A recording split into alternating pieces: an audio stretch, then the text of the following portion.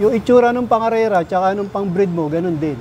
Hindi naman pwedeng puro gamot o puro ano. Mas maganda talaga, number one, nanggagaling yung kinukuha mo yung mga vitamins na ano, sa patuka.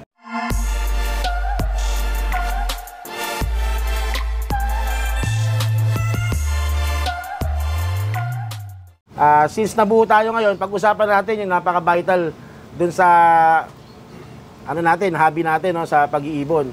Tanungin na rin natin siya at syempre ma-share na rin doon sa mga makakapanood itong video natin.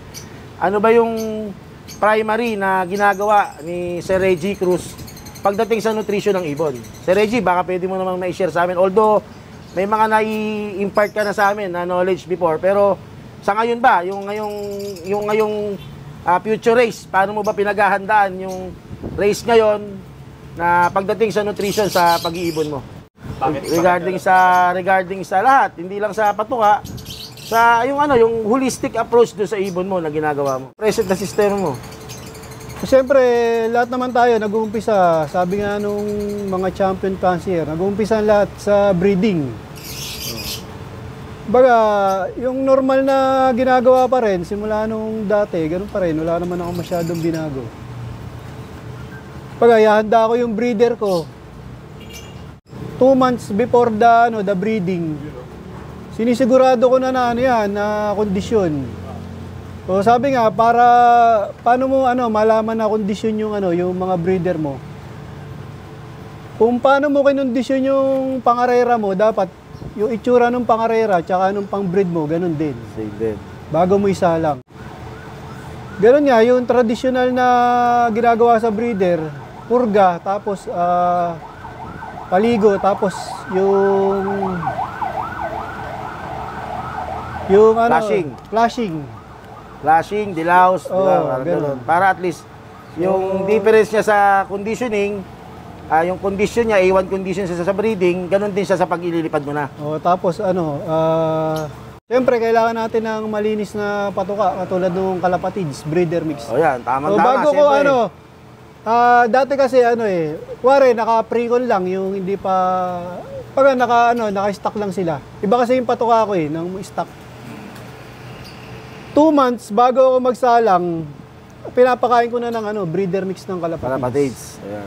Kasi lang ako pagka yung stock hindi nakasalang, barley. More on barley. Siguro ang barley ko is nasa 60%. 60% tapos 40% ng sinabi mo na mas sa akin, mataas pa 60% mga ganun. Basta, kasi iniiwasan kong tumaba yung mga breeder ko yung sapola na tinatawag. So ayan, alam naman natin siguro mga Kalapatids na siyempre yung sinasabi ni Sir Reggie, yung pagdating sa sapola, mahirap talaga kontrolin yan pagka gagamitin mo na sa pang-breeding. Kasi siyempre, apektado yung pagbigay niya ng itlog pag masyado masapola yung ibon natin.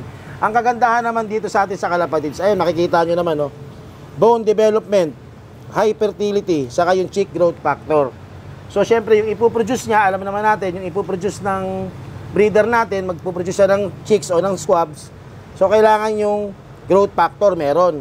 Tapos, yung bone development, siyempre, i-raise natin yung ibon natin, kailangan yung body formation, yung bone development niya, akma dun sa i-raise natin na ibon. Tapos yung high fertility, syempre mas mataas yung percentage ng hatchability. Yun yung kinukumit sa atin ng Kalapatids, no? Kaya nga ang sinasabi namin, advanced racing pigeon technology. Mamaya, ipapaliwanag ko pa kung ano ba yung, although hindi ko masishare yung pinaka-detalyado nung pinaka-Kalapatids kasi nandun, kumbaga yun dun yung trade secrets, no? Nung nandun. Pero yung sinasabi nila na kombinasyon ng mga grains, hindi lang basta kombinasyon ng grains to. So narinig naman natin kay Sir Reggie na sinasabi niya very vital yung pagkukondisyon, katulad dun sa i-raise mo na. So yung conditioning ng i-raise mo na ibon, katulad dun sa kondisyon ng i-breed mo na ibon. Mga Kalapatids, si Brother J. De La Paz ng JDP Slope, talungin naman natin kung ano i-share niya pagdating sa nutrition ng ibon. Yung kanyang ginagawang sistema, maaari kasing iisang grupo kami, pero may kanya-kanya kaming sistema o proseso. Minsan pag nagkikwentuhan kami, maaring yung isa sa amin may nakukuhang na-adapt na sistema nun doon. Depende kung akma siya doon sa sa loop namin eh. 'Di ba? Katulad nung gustuin ko man yung sistema ni Sir Reggie, hindi pwede doon sa loop ko. Kasi malayo yung loop ko sa loop ni Sir Reggie. So, may mga makukuha tayong sistema, lalo-lalo na doon maaring doon sa nutrition, pwede kong makuha yun. Pero yung katulad nung sa ano, hindi ko pwedeng gawin yung paano siya mag-viewing eh, yung handling niya na pag meron na siyang inakay. Hindi pa iba yung loop ko eh. So, ano bang ginagawa ng isang JDP slope pagdating doon sa nutrition o yung present na ginagamit mo sa sistema sa loop mo? Ayun, bukod dun sa sinabi ni Idol Reggie na yung deworm, deloose, flashing, ginagawa talaga yan ng lahat ng panshir naman. Alam naman natin yan. Siguro, nagkakaiba lang talaga sa mga ginagamit na patuka. Ako kasi, nung lumabas tong Kalapatids, ito na yung ipinalit natin dun sa mga dating ginagamit natin. Kasi, number one, yung cleanliness nung mga buto o yung mga seeds. Kasi alam mo naman natin na mahirap magpakain sa kalapate na may mga bukbok, may mga dumi. Syempre, bukod sa etong Kalapatids kasi alam na natin na pinag-aralan talaga to, pinormulate to ng para sa ibon talaga. At the same time, malinis. Kaya maganda yung maganda nakukuha natin yung gusto nating ibigay dun sa mga breeder natin. Ganon din yung pliers, yun din yung ginagamit natin. Nakikita naman natin na maganda yung effect sa ibon natin.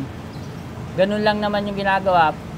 Plus additional na lang siguro. Siyempre may kanya-kanya tayong mga dinadagdag na supplement. Pinaka-add-on mo. Oo.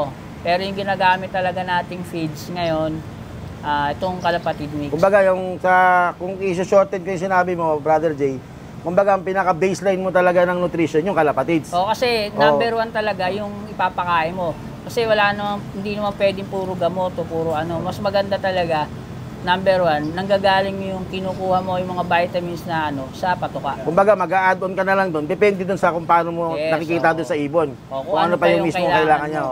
Kasi, pero kumbaga yung pinaka base na dadagdagan mo yung Kalapatids na. Oo, kumbaga yun na yung base mo. Magdadagdag ka na, mag-a-add-on ka na lang kung ano yung mga kailangan. For example, lahat naman, sige, nagbibigay tayo ng mga grits, yung mga ibang supplement o yung mga minerals.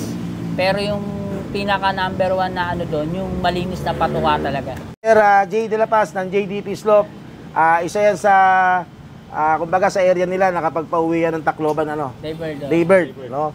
Way back anong taon yon, Sir Jay? Nanalo ako 2015, 16, 18, 2020, yan. Yun ang So, yun yung pinaka-achievement niya sa pagdating sa ibon, no? Kaya syempre, hindi rin natin matatawaran yung kaya from time to time, magkukonsulta rin kami sa kanya, no? Kami mga bagong nag-iibon.